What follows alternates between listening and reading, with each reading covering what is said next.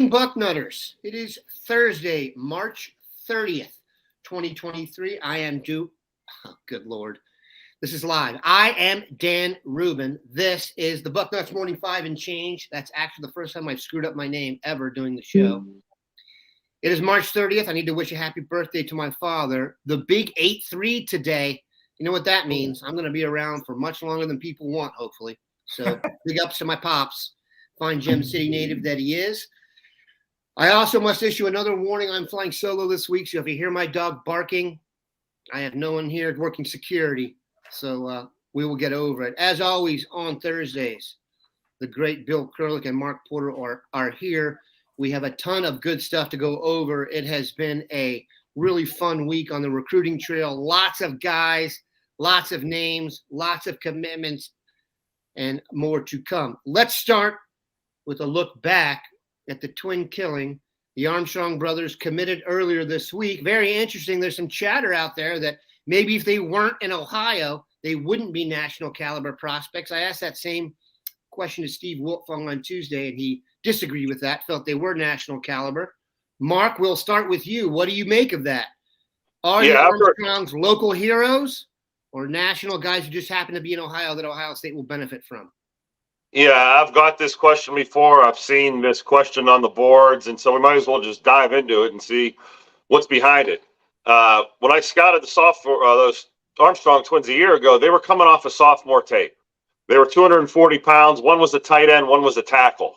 There was nothing at the Under Armour camp. The 240-pound kids running around, looking very active. They didn't have the body yet.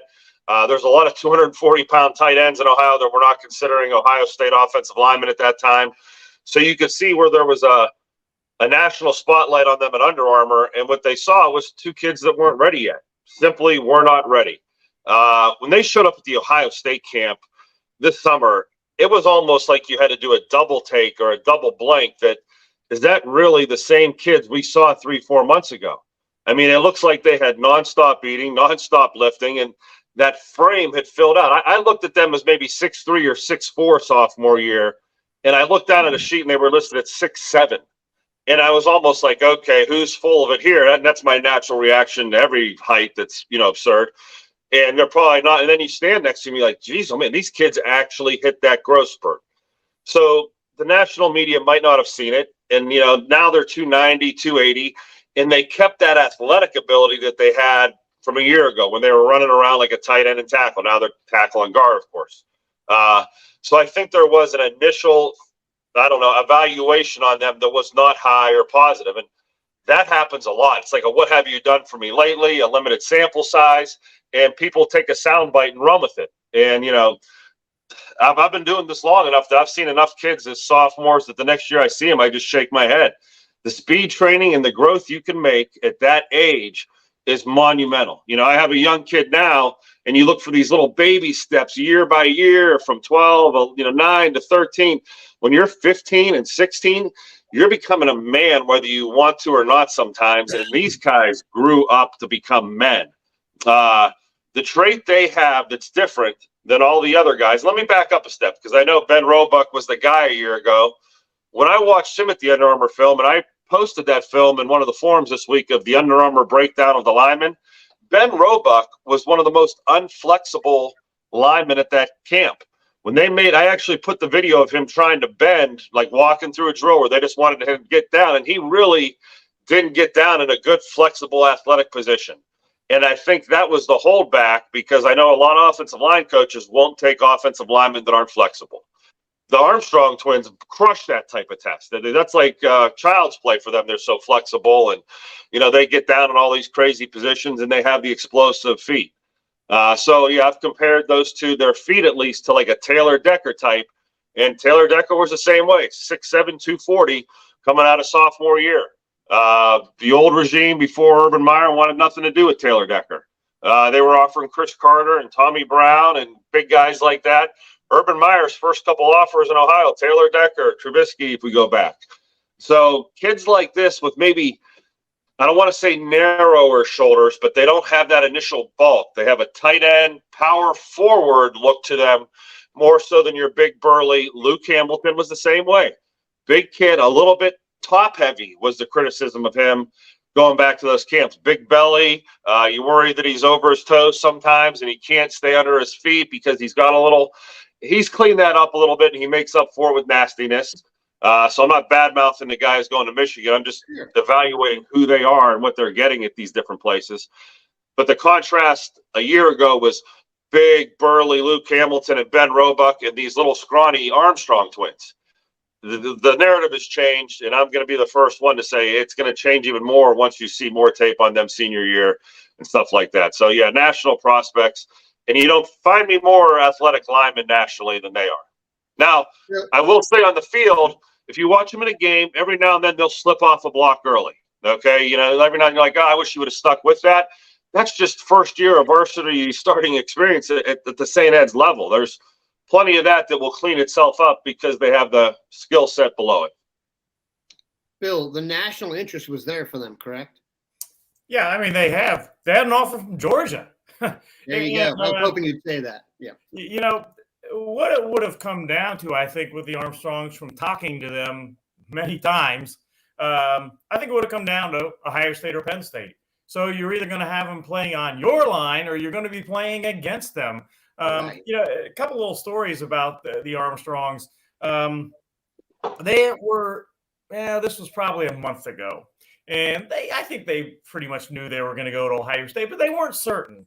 And the Ohio State and Penn State spring games are on the same day, April 15th, and they were trying to decide which spring game to go to, and they had asked me, not to necessarily write this, so I didn't. But, it was either going to go to Ohio State or Penn State spring games.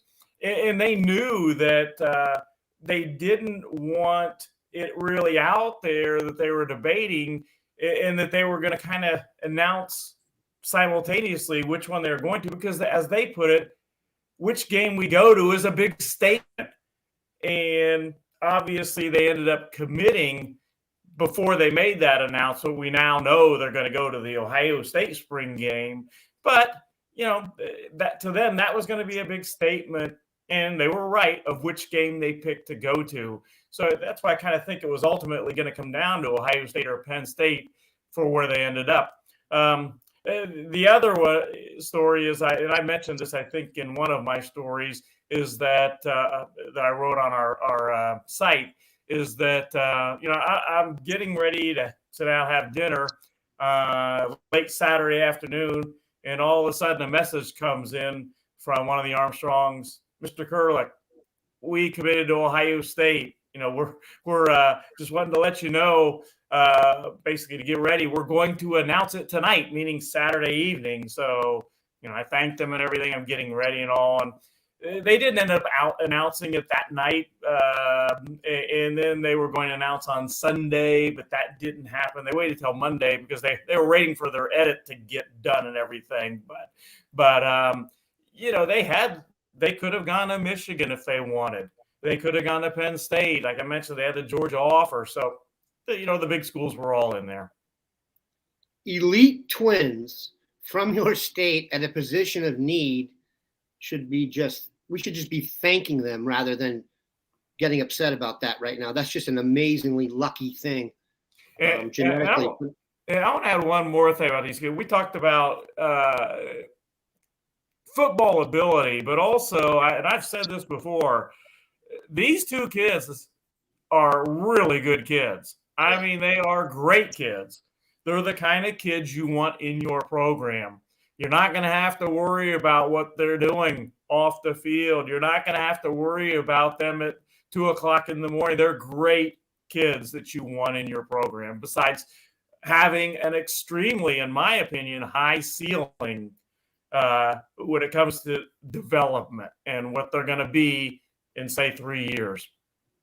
And not to mention the development, but they already attend a tremendous high school program, so their pedigree is going to be about as good as you can get. We talked about the rawness. Part of the rawness is they were buried on a depth chart because that school has an unnaturally good setup. Had they been at a different state in a smaller play, they'd probably be starting as freshmen. So who knows?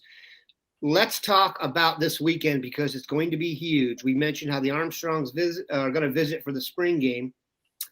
There are going to be some guys here this weekend who are very, very important. It's a huge visit weekend. There's kind of three dudes who stand above the rest, in my opinion, and we're going to break them down first. Let's start with James Peoples. You guys saw yesterday, Bill rolled the crystal ball, and our evaluation, Buckeye in the Sky, came out shortly thereafter. This is an impressive tape to watch. Texas football is big time, so you know the competition level is solid. And Mr. James People looks like he's shot out of a GD cannon every time he gets the ball. As someone who's watched now, how long we've been doing this, I've watched a lot of running back highlight tapes. This guy is about as fast at top speed as I can remember anybody. There are some guys who maybe got 0 to 60 faster, but he almost has that lean back sprinter, slightly upright style you don't want a running back to have at times, but you never get a lick on him. He wears number 20, actually reminds me of Tony Pollard a little bit as a Cowboys fan. Bill, let's start with you. You rolled the crystal ball. Why? And then Mark, break down what Ohio State will possibly be getting if Bill's crystal ball comes true. Go ahead, Bill. Well, James, made no bones about it. Ohio State right now is his front runner, as I wrote on the story. He said they are my front runner right now, and it's he's going to, as he put it, ask some tough questions, and he is flying to Columbus today. He'll be in Columbus later today. It's a multi-day visit, Thursday, Friday, Saturday. He'll be at Student Appreciation Day on Saturday, and he's going to ask some, as he put it, tough questions. And I just think Ohio State is going to be very ready for him, and they'll have great answers for him. And they'll, as I told him, James, you haven't been to Student Appreciation Day. You're going to have fun. You're going to be impressed. Another thing that I don't know if most people know about James is that he's from a military family. He was born, or I should say, he was born in Germany because his dad is in the Air Force. But he's lived in San Antonio since, I don't know, 2, 3, 4 years old. But his dad, relatively soon, in the next, couple years, I think, or less, is going to retire. So that means that his dad is going to be able to go see him play, whether he's at Texas or whether he's in Columbus, Ohio. It's important when you recruit kids that you recruit their parents and that parents get to see you play. Well, if he's living in San Antonio and he's retired, it's not going to be an issue to get to Columbus. They've got all kinds of family in Cleveland and Youngstown. They're going to be here in Columbus this weekend. They're coming down for this visit. And this is just me speaking here. Who knows? Maybe when James's father retires, maybe they'll move to Ohio. Yeah. That's probably not out of the question. If he's retired, perhaps all kinds of family in Cleveland and Youngstown, maybe they move. And again, I wasn't told that. I'm just kind of thinking in my mind that could be possible. If you're retired and you've got grandparents and everything in Ohio, maybe that's also a good reason to help James along with his decision, perhaps. Yeah, we talk about how recruiting is regional. That's largely because it's the distance for your family to go watch you play. That's not because, the teams around you just happen to like guys from their area. It's more convenient to recruit, but it is a big deal to go watch your kids play in college. Believe me. You've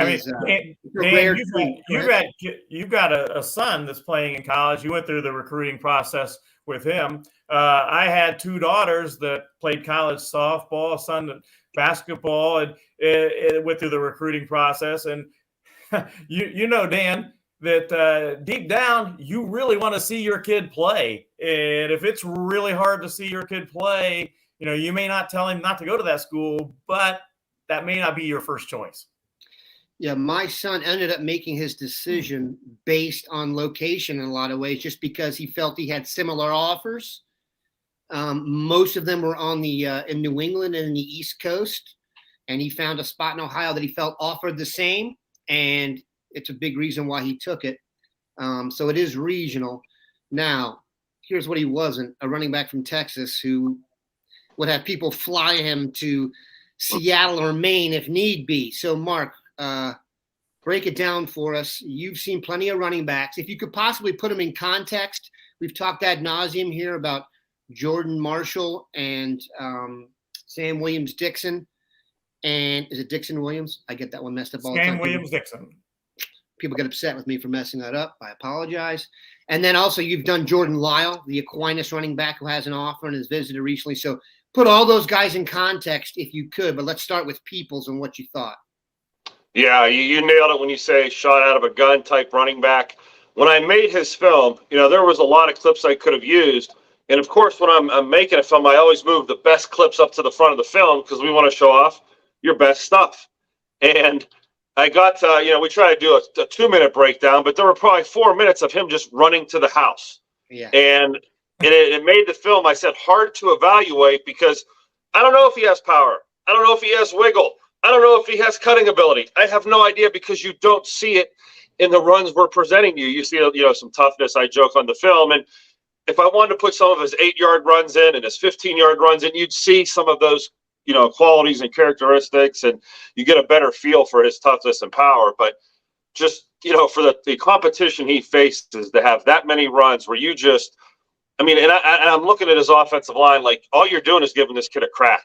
Right. You're giving him that crack, and he is in and out of it so fast that guys can't disengage quick enough. It's like they see him, and they don't have time to, shuck the lineman. So he's a perfect back for the Ohio State scheme. They like guys in space. They like guys that put their foot in the ground and hit a crack and go on the zone run scheme. They like to use him in the receiving game.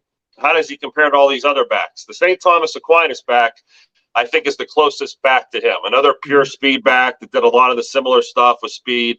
Like that 195, 190-pound kid that you'd like to see get to 200, which they probably will, but not the most powerful backs. The two fastest were those two. And what I said about Jordan Marshall is he maybe is more well-rounded, but he's definitely not the burner in the open field that Peoples is. Peoples is the one that, wow, that's going to win some races and beat some one-on-ones. Jordan Marshall is probably a little step off. Sam Williams-Dixon might be more powerful than the other ones, but of course he was running through competition that we have repetitively questioned, and there were playoff teams on that schedule and good teams, but Pickerington North is going to be his real test this year of competition. Will he just run by everybody and run through everybody? So to rank them, the two speed guys are from down south. The most well-rounded guy is going to Michigan, and Sam Williams-Dixon's going to have to prove it his senior year that he is the legitimate national back, with some of these other guys. But his game is not the speed game of Peoples. What I love about Peoples, and when Travion Henderson is at his best, it puts so much pressure on the defense to know that if you miss an open field tackle, and I put this in your thread, you can listen for the band. That puts a ton of pressure on the defense. Like they will literally change their D and have a safety back there, which opens up other things because they know if there's an angle, you're done. And it's really a matchup nightmare because during the week in all your different fronts and formations, you're like, who's assigned to him here? Oh, no. Like, we can't have that. We got to change this. Who's assigned to him here? Oh, no. And is there a player you have on defense? For Travion Henderson, it might be a corner or a nickel guy that you have to somehow scheme to stay with him on wheel routes and when he goes out to the flats. And, of course, like you're saying, that guy slips or misses, and there's no one on the field that's going to make up for it. That's this type of player. But Henderson has a little more jitter. I didn't want to use the Travion Henderson comparison because I felt it was so – there were some things there, but Travion, boy, he shakes and dips, and he does a lot of stuff before he hits open speed. Travion is, though, when you see – if you look at his touchdown runs, a lot of them he's untouched. It's like there's that one line like in Tron, and he just hits it like a – and he's beaten to the house. I think Peoples has those same gifts, so that would be an incredible pickup, and he'll be here this weekend, and, of course, we will chronicle that. All right, let's take a quick break here and come back. We have more love to discuss. All right, let's talk quarterback. The apprentice Aaron Noland saga or recruitment will apex this weekend. He is visiting. He very kind of interesting, Bill, in that he announced the finalists, and Ohio State was on there, and he's yet to be offered. Everyone assumes he'll be offered this weekend. I have to assume that as well. I think they're going to have Aaron Noland in the class. Am I getting ahead of myself? Give me your latest vibes. Well, I think we'll find out a lot this weekend. That's not to say he's going to announce. He's not, as you mentioned, Dan. He's got a date for a week from now, basically, to announce. But I think the vibes will come out after this weekend. One thing I don't think is going to happen is I don't think Ohio State is going to panic or do anything if they're not sure, because we know how this story has gone before. Devin Brown, late, got in on him, and they got him. They flipped him. Lincoln Keenholz, late, got in on him. They flipped him. C.J. Stroud, he wasn't committed anywhere, but they didn't get in on him they didn't start recruiting him till December, and they got him over some big-time schools. So they know that if they aren't 100% sure that Aaron Noland is their guy, they don't have to panic, and they won't. If they do know 100% that he's their guy, yeah, then I can see him ending up at Ohio State. So we'll see what happens with the visit this weekend. He's definitely high on their chart, and Mark is going to have his Buckeye on the sky on Aaron Noland either today or tomorrow. It will be very interesting to see what they do there. I think you make a I might add that I like Aaron Noland a lot. I absolutely I could see them offering and then going all in to get him. He's an outstanding talent, and but as we know, Ohio State is pretty much quarterback you now, so we'll see. Well, Bill, you bring up a great point. Anecdotally now, if you can go into someone's living room during their senior year, if they're a quarterback, and say, look, the last guy we did this with is going to be the first pick in the draft, you don't have to make much of an argument after that you weren't paying attention to them before then. Whereas if another school comes in there after being in love with someone else and getting shunned, you may look like the last guy at the altar. Quarterback and wide receiver recruiting are so good right now that if you spend any time worrying about it, that's you doing that for your own desire to have anxiety. There's nothing to be worried about in any way. You're definitely, the way I would describe this is you're back to where Duke and Carolina were like 15 years ago in basketball, where I was told they don't recruit, they select. Go ahead, Mark. Yeah, I was just going to say, as you're talking about Ohio State coming in at the last second on some of these guys, you wish Ohio State had that luxury to wait more often. The more information you get on players, the better evaluation you can do. But I think Ohio State's in this situation where they have to fire on sophomores. They got to fire on juniors. They don't very often get to watch a career on a kid and say, yeah, we have it on you. And, not to digress even further, but Ohio State's like the hottest girl in the school trying to find one guy for a prom date. And the one kid has the trust fund where he's going to be a millionaire the rest of his life. And if you go with him, you have this nice life. And another kid's the best football player in town, and he's going to be a future scholarship guy. And the other kid is, the hottest guy in the school, and he's going to be a movie star. And you're this girl going, I have my choice of all of them. And you probably want to wait to make the decision. You don't want to make the decision when they're in high school. You want to see what actually, comes. So I think Ohio State's like that when they're picking early. Like, we love all these guys. They're all good. We want Raiola. We want this kid. But we know there's others. We know there's other good scenarios. And it's really, I'm not crying for Ohio State, but the MAC and a lot of these other schools don't have all this pressure to go after freshmen, sophomores, whatever. They can wait, and the reputation and the recruiting doesn't pass them by if they don't. And it seems like Ohio State's, I know recruiting, they're getting films sent down there where there's a gun to their head. Hey, you got to offer this kid or he's going to go somewhere else. And if you don't offer him today, and he may very well be a Kentucky kid or a Michigan State kid, and the fruition may be an NFL player, but no, we had to make a decision sophomore year with 6 game tapes, and that's all we had. We couldn't pull the trigger yet. So I know that was a digression there, but I do sympathize with Ohio State because we talk about this all the time. How do they come in? And, we just digress so deep into this in the minutia, but that's the way I feel sometimes. It's just tough being Ohio State. Listen, those early evaluations are so important. I don't know if anyone remembers this, but the Mac Brown era ended in Texas because Texas tried to get ahead of everybody and started taking everybody as sophomore and juniors, and none of them panned out. So they were stuck. I make my mistakes when I evaluate too early on a player.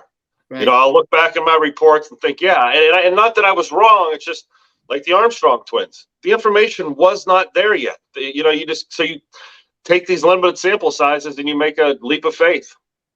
I think I've said this before, but it's like I once had an internship with an NBA team, and I remember the guy who was going to make the call on the draft pick. They told him, don't miss on the outlier. But if you miss on the outlier, you're fired. That's it. So, that's fun. That's it. You miss on Julian Edelman, you're fired. You miss on Randy Moss, okay. You know, he was 6'4", 6'5", ran a 4.3. You can miss on him. You miss on Julian Edelman, you got some explaining to do. And what's the problem is that you know, you can miss on guys that will hit elsewhere, and it's a challenge, man. It's definitely a challenge, the talent evaluation business. Speaking of which, if we're going to evaluate talent in the state of Ohio, 2 defensive backs kind of stand above the rest. Bryce West at Glenville and Aaron Scott at Springfield. If you went to a Springfield game and didn't hear his name called, don't feel hurt. The opposing offenses tested him rarely this year. He got half the field to himself. Mark, let's reverse it this time. You tell us what you think of Aaron Scott, the great Springfield defensive back will be visiting this weekend. And then Bill, if you could put his recruitment in context, that'd be great. Yeah, what you like about Scott and Bryce West is they have a lot of weight to them. They're pushing 185, 190, which we're talking about tailbacks. You want to be 190, 200 or something. So when you have a corner that big, you're talking about a safety size, and they tackle like safeties, and that's what you love out of corners. There's a lot of light corners that can go run with people. They're track stars. They might only weigh 160, 150, but, you know, that they fly. These are 2 big kids that fly, you know, and that's the special breed you want that plays at the NFL level, that can handle all the big running backs and run down people. But like you're saying, in high school, you don't see the highlights very often because if I'm an offensive coordinator, I'm not testing one of the best 3 or 4 athletes in the state. There's 700 teams. There's 1,400 corners. I'm looking for like the ranking of like 700 or 800 or below that I'm going to test, not number 1 through 5. So, you know, just do the math on that and you see why people don't mess with them. William? I saw Aaron. I went to one of his games when he was a sophomore. Went to an early season scrimmage prior to his junior season. And then I went to one of his games during his junior season. And those 3 combined, I'm not sure that I saw more than even 5 passes thrown his way. They, like Mark said, they just didn't challenge him. If for good reason. You know, he's got length. He runs really well. He's just an outstanding corner. And we've talked about this weekend a little bit. He is going to be in Columbus this weekend. He is one of several corners that are going to be in Columbus this weekend. Marcellus Williams from California and Aaron Scott. It's going to be another big weekend for Ohio State visitors. Yeah. By the way, Aaron Scott is would you guys agree falls into the must-get category? Yes, sir. Yeah, he's definitely he's at top of the board. I'm saying I almost feel like we haven't pubbed him enough because there's not great tape of him, and but just know that he is a top of the board guy, and boy, he's an impressive corner prospect. I'd be hard pressed to pull out a weakness. Not only that, he plays in a great program that plays tremendous competition. Let me tell you something. My son had practice at Springfield. I've said this before. We practiced at Springfield this past AAU season. Their weight room is college good, and their talent, they are deep. And believe me, they got a lot of youngsters come. Springfield's going nowhere. The head coach was an NFL defensive back for the Chicago Bears, Maurice Douglas. So, like, you want to get someone coached in the secondary by an NFL guy, that's fine. And boy, when you say their weight room, they post a lot of videos of them working out. I get tired watching them. Like, those kids pay the price in there. And their OC was a great, like semi-pro quarterback for years. So they really have it. Now, his son, by the way, is going to be a quarterback we probably be talking about in a few years, but we digress. Go ahead, Bill. Dan, you mentioned that Springfield's not going away. Well, this past season, 2022 season, they were young up front on both sides of the line. That was kind of their weakness. Those guys are all now growing up, and they've been through it a year. They're going to be in that weight room. Yeah, they're not going to be young up front anymore on either side of the line. And then they got their skill position guys, led by Aaron Scott, who are tremendous. Yeah, and they're always deep. Larry Stevens, I don't know if you guys remember him, plays at Toledo. Very good buddy of my son, my eldest son. He played hoops with forever. Great family, and that's just a quality program, man. That's just a well-run football program. They do lose the receivers Thigpen and Anthony Brown, and the quarterback. The quarterback transfer from Arcanium. The Arcanium transfer quarterback was a big key to bringing that offense together. I watched him fillet Moeller in that playoff game, just lacing balls into those guys. So, they have a mini rebuild, but like you're saying, their offensive coordinator will figure that out. But talent just goes around. But got Arcanum to Springfield is not next door. You know what I mean? That's kind of like, that's similar to the Sam Williams-Dixon move. No, it was a great move. But I'm saying they've lost him and a couple of those key pieces, but they have the players. They have the pieces, the chess pieces. Springfield can go into the portal if they need to. We all know about that.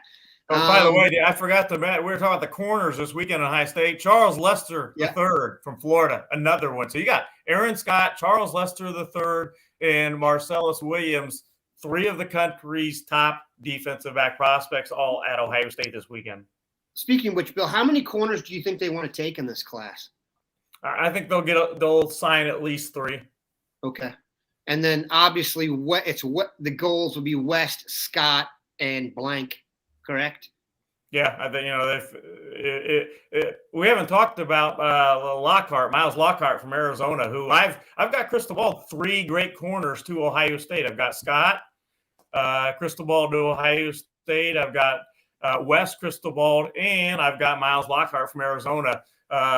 Those three are all tremendous prospects, and right now I like all of them for Ohio State, although, as we know, West is going to be a battle. Michigan is definitely in the running for him. Yeah, I'm starting to feel like that's almost taking on a life of its own, the Bryce West recruitment, and kind of being the Harbaugh Ryan Day death match. But we shall see. Bill, I don't mean to ambush you here, but we're getting some questions. How about Kobe Black? Are you familiar with him? He was here. He was in Columbus this last weekend for the big March 25th weekend. It's going to be a tough one to get, but they have a shot. The number of cornerbacks, great cornerbacks that they have a shot at landing, it's tremendous. I can see them going to four corners if they can. You can't turn some of these guys down if they want to be in the class. I would think that the Ohio guys have what Bill's saying. I wouldn't even include them as corners. If they both wanted to commit and you already had to, you take both of them. Oh yeah. I don't think they get turned down no matter what. Nope. Right. Charles Lester may even be in that category, but you'll see a lot of crystal balls rolling towards Florida State. I'm not super confident on that one, but you never know, man. Once these guys get up here, and by the way, I checked the weather for today for James Peoples, 50 and sunny, all sun. So we can trick this guy. And although Texas gets San Antonio probably gets some reasonable weather, although it's warm. I mean, it rains occasionally down there. But I even saw one recruit say recently, the weather wasn't as bad as I thought up there. And I thought to myself, Mother Nature complied. Thank you very much. All right, Mark and Bill, last topic. Reggie Powers has been crystal ball to Ohio State. Many have checked in on it. I have the question here. Yeah. Chad Stryker. Sorry about that. Can you guys give a brief rundown of Reggie Powers after his crystal ball to OSU? Reggie Powers will be a junior at Centerville, kind of a hybrid safety linebacker type. Another guy that played. We're starting to recruit a lot of guys who played basketball with my children, which I enjoy. What do you guys think of him? Mark, you start. Yeah, I go first real quick, Mark. So let's talk crystal ball. I think I'm pretty sure. I don't know. I haven't looked yet this morning if more crystal balls are rolling to Ohio State on him or not. I know that when I crystal balled him to Ohio State on Saturday after his visit, that was the first crystal ball pick for him to Ohio State. He did not have an offer until Saturday afternoon from Ohio State. I feel good. I feel really good about that pick, and I think he will likely end up at Ohio State. He is a 2024 kid. He is being recruited by Ohio State as an in-the-box bandit safety, and he'll hit you. If you watch his tape, he will definitely hit you. I think that obviously I would not have crystal balled him on Saturday to Ohio State if I didn't feel good about that one. Hold on a sec, Mark. Steve Wiltfong has also crystal balled Reggie to Ohio State. So as I've said before, if Bill and then Steve crystal balls them, there's a very good chance they have their class schedule. Mark, your thoughts? Yeah, simply put, he may be one of the better just pure football players in the class. Like Bill said, he'll hit you, he'll line up in the box, and he plays football. The safety hybrid role is probably perfect for him. I even have him more of a linebacker, just because I don't see him as a true burner in coverage. But I think he's the type of kid that when you're that type of football player, those are hard to find. And in my experience, I see a lot of football players that don't have measurables or whatever. And I'm talking about kids that go to MAC and whatever. They end up on the field somehow. Just football players end up playing football, and I think that's what you're getting in Reggie Powers.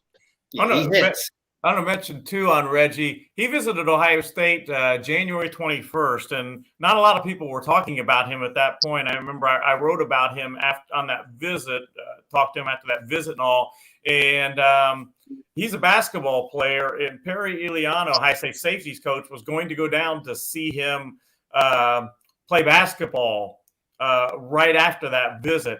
And right then, they're serious about this guy. Perry Iliano is not going to waste his time going to a kid's basketball game in late January if they're not serious about this kid. Obviously, they were serious about him. They offered him last weekend. That was a JV game, believe it or not. Centerville's basketball team. You can actually watch them on NBA TV tonight at 7:30.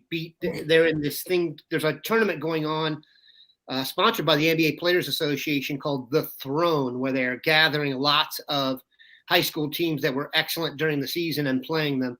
It's actually not legal, according to Ohio, to do this. So they are in the tournament as the Ville, and you can only bring a certain amount of players. But they whacked Beaumont, Texas yesterday, which had won 35 straight games. Reggie Powers not on the court. It's to get on the court at Centerville, you have to be a Division I basketball player. And so they are very impressive. I said we were done, but this dude has earned by distance this question from Murray Ron, who looks like he's on a pitch somewhere. I hope I said that correctly in his picture. Greetings from Wales, gents. What Wales? Wherever that is.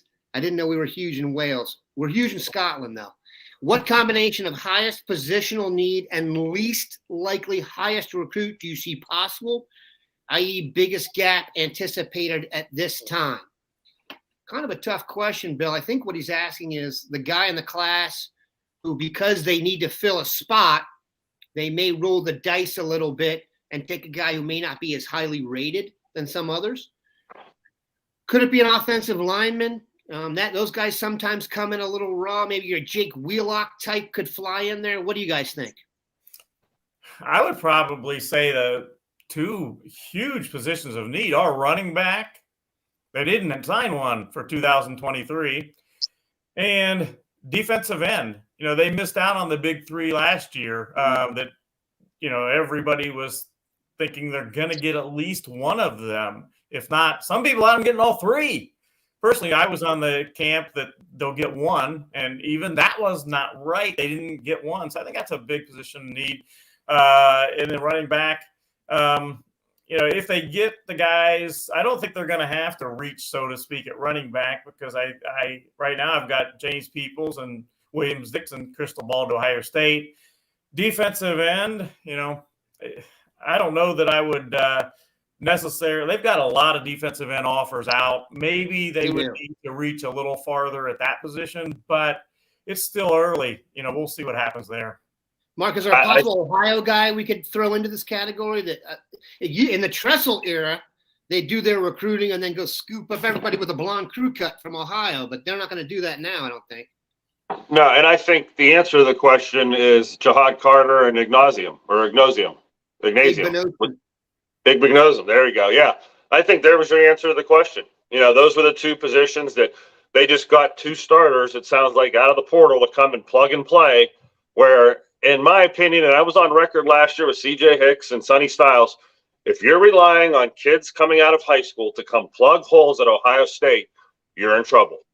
It happens once in a generation, and when it does, that erases what I said. But 20 kids come in here every year, and all of them think, I'm going to be the one that steps on the field freshman year, and you're going to be wrong. There's too many grown-ass men in that locker room who've been lifting for 3 years that aren't going to let some kid out of high school with 5 stars come in and take their job, okay?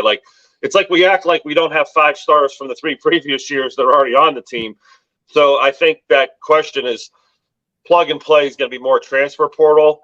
Boy, if there was like a kid in Ohio that you could just throw an offer at because you like them like Tressel used to, I'd have to answer that next week and just go through the list. And it's largely due to GPA and off the field stuff, kind of like the Armstrong guys. Like, hey, these guys are going to be program kids where at 2 a.m. you call them and they're sleeping. They will be in bed every night at 10:30 type kid, and we can trust that their GPAs when we have the academic checkup 4.0. So that type of kid is more who it would be, and he'd be at the top of some of the position lists. And there's a kid in Canfield like that that's going to Iowa State that fits that thing, a linebacker. Inglis, his dad played at Youngstown State for Tressel. So, there's connections like that when you connect the dots. 4.0, he's kind of like the kid at Big Walnut. He's not far. So there are kids that would fit that. Well, we're going to throw a bone here. I don't know. That's an interesting question when I saw it come up. I tell you what, the way it works now, I would just, if you're worried about it, you can just wait till the guy goes to Bowling Green and take him after a year. You know what I'm saying? Let him go prove it on a college field and use the transfer portal like a lily pad. So, and you know who it usually is when Tressel did it is they go to the state playoffs and they go stand there for 6 games, and whatever kid kind of comes out of that weekend is wow, he really, it was Dane Sanzenbacher, 15, 20 years ago in the state championship game. Who were the Twins that were going to Miami, and when the quarterback blew up and we offered him and he said no and went to Miami? You remember that, Bill? I don't remember. I know who the quarterback was, obviously, but I don't remember who the Twins were right offhand. Yeah, that's crazy. All right. Yeah. Getting to the point where even we don't know the answers. That means it's time to end the show. We appreciate these guys stopping by. It's been a good one. And like we said, it's going to be a furious recruiting weekend. You want to keep it locked to Bucknuts. The Dean will have it all. Have a good